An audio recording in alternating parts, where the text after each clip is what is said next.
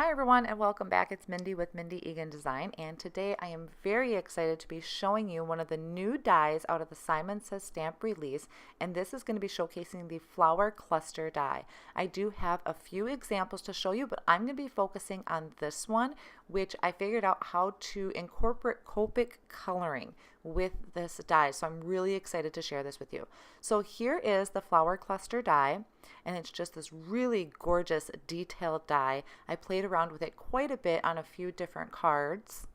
And what I decided to do to be able to incorporate some Copic coloring is I am going to dry emboss this on a piece of Neenah Solar Ray cardstock. So I'm using my Spellbinders platinum die cutting machine. I have the original platform down, then this rubber embossing mat, and I'm going to place my cardstock down and then my die wherever I want it to go on that cardstock, so in that bottom corner, and then I'll place on top that blue embossing platform, I guess you call it, and I'll just run that through my machine, and it's going to emboss that flower into my cardstock. So it's not cutting it out completely, it's leaving that impression. It did kind of punch through a little bit on some areas, but nothing where anything was going to fall apart, and I'm going to cover that up anyway.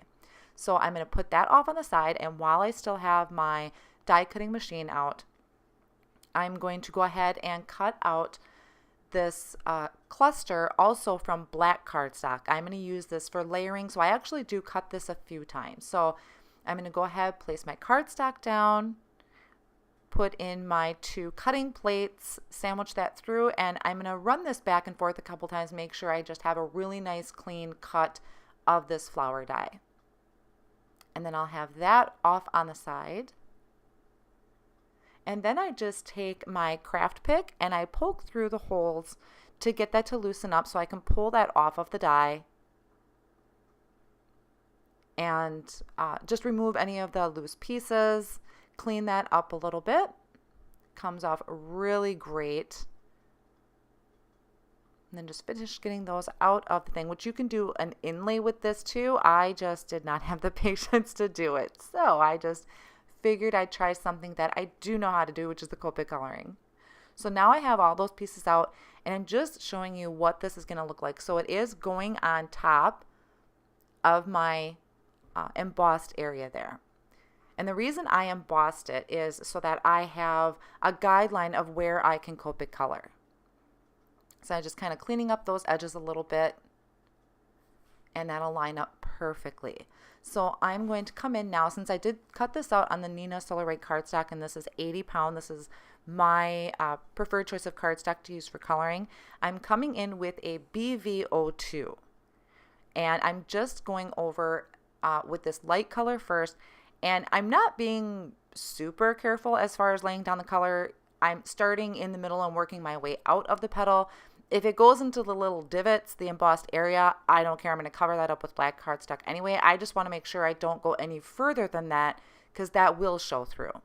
So I'm kind of taking it section by section, because there are a lot of areas on this, and I wasn't quite sure what was flower, what was kind of just space, and what were the leaves. So I'm going petal by petal, and then I'm coming in and just doing some flicking motions from the center of the flower with the BV08. And my pausing here is I'm referencing a practice one I had done. So I just kind of look back and try and figure out what was the leaves, what was the petals, what areas I'm going to just leave empty, because it's perfectly fine not to color the entire part of it. So I'll just keep going through the flowers, kind of referring back to my practice one I did and filling in all of those flowers. Like I said, I really liked this color combination, and I have some glitter cardstock that is going to match perfectly for this. And I am really happy how this came out. It was kind of an experiment for me. I hadn't tried anything like this before, but if you've seen any of my videos, I love coloring with Copic, so I really wanted to try and incorporate that into my cards. So this was a happy experiment. So now I'm coming in with my greens to do the leaves, and I'm using YG03 as the base and G09. And I did the same thing. I laid down some light color first, the YG03, And then I flicked out from the center with the Go9.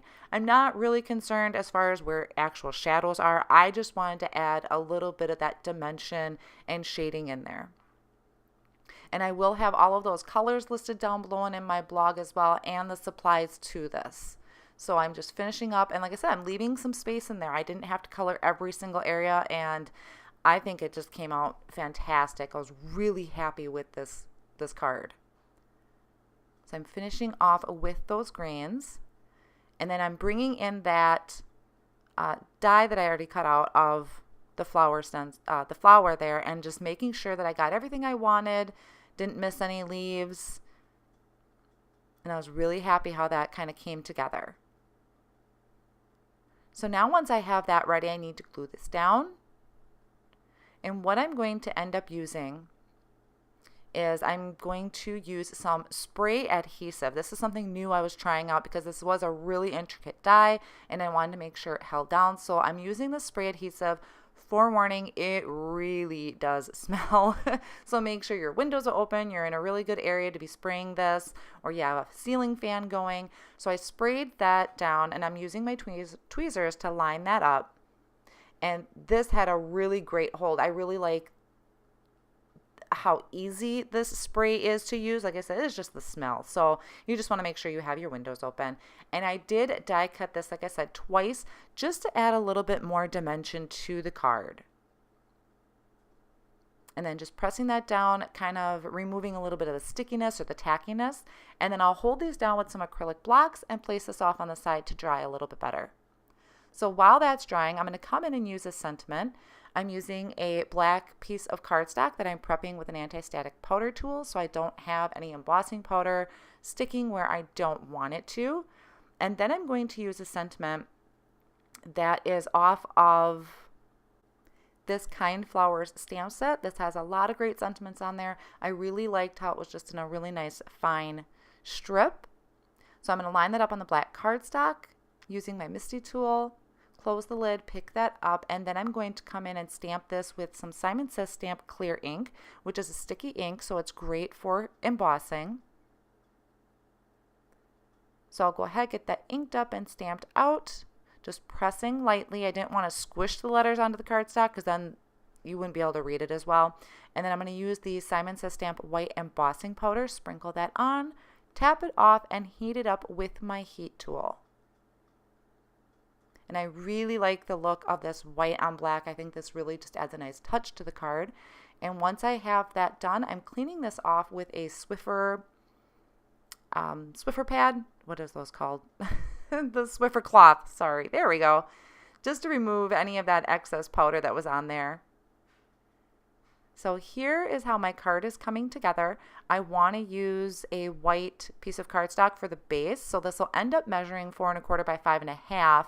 The panel that I'm working on is 4 by 5 1/4. And you can see I already cut these dies out, the thanks dies. So I did the thanks in the black cardstock and I layered that 3 times. And then I have this gorgeous orchid glitter cardstock. I love Simon Says Stamp's glitter cardstock because that glitter does not come off and it is so gorgeous. So I thought that just really tied in with the flowers to use that orchid glitter as the shadow for the back of my thanks. So now I'm going to go ahead and I'm just using some double-sided adhesive to attach craft foam to the back of my front panel. This has a really great stick to it and it's going to just give a nice solid layer all the way through the back. I won't have any divots when I mail this.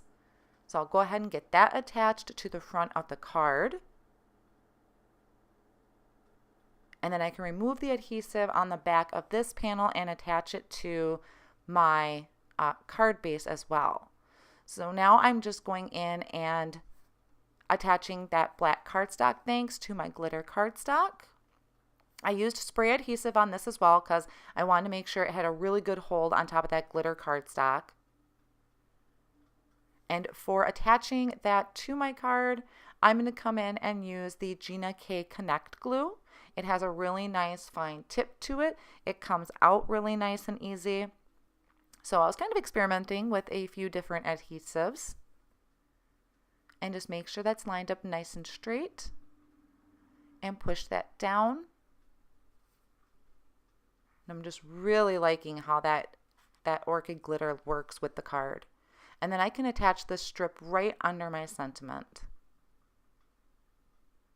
So for a couple finishing touches, I'm just going to be adding some of the clear confetti pieces. These are kind of my new favorite embellishment.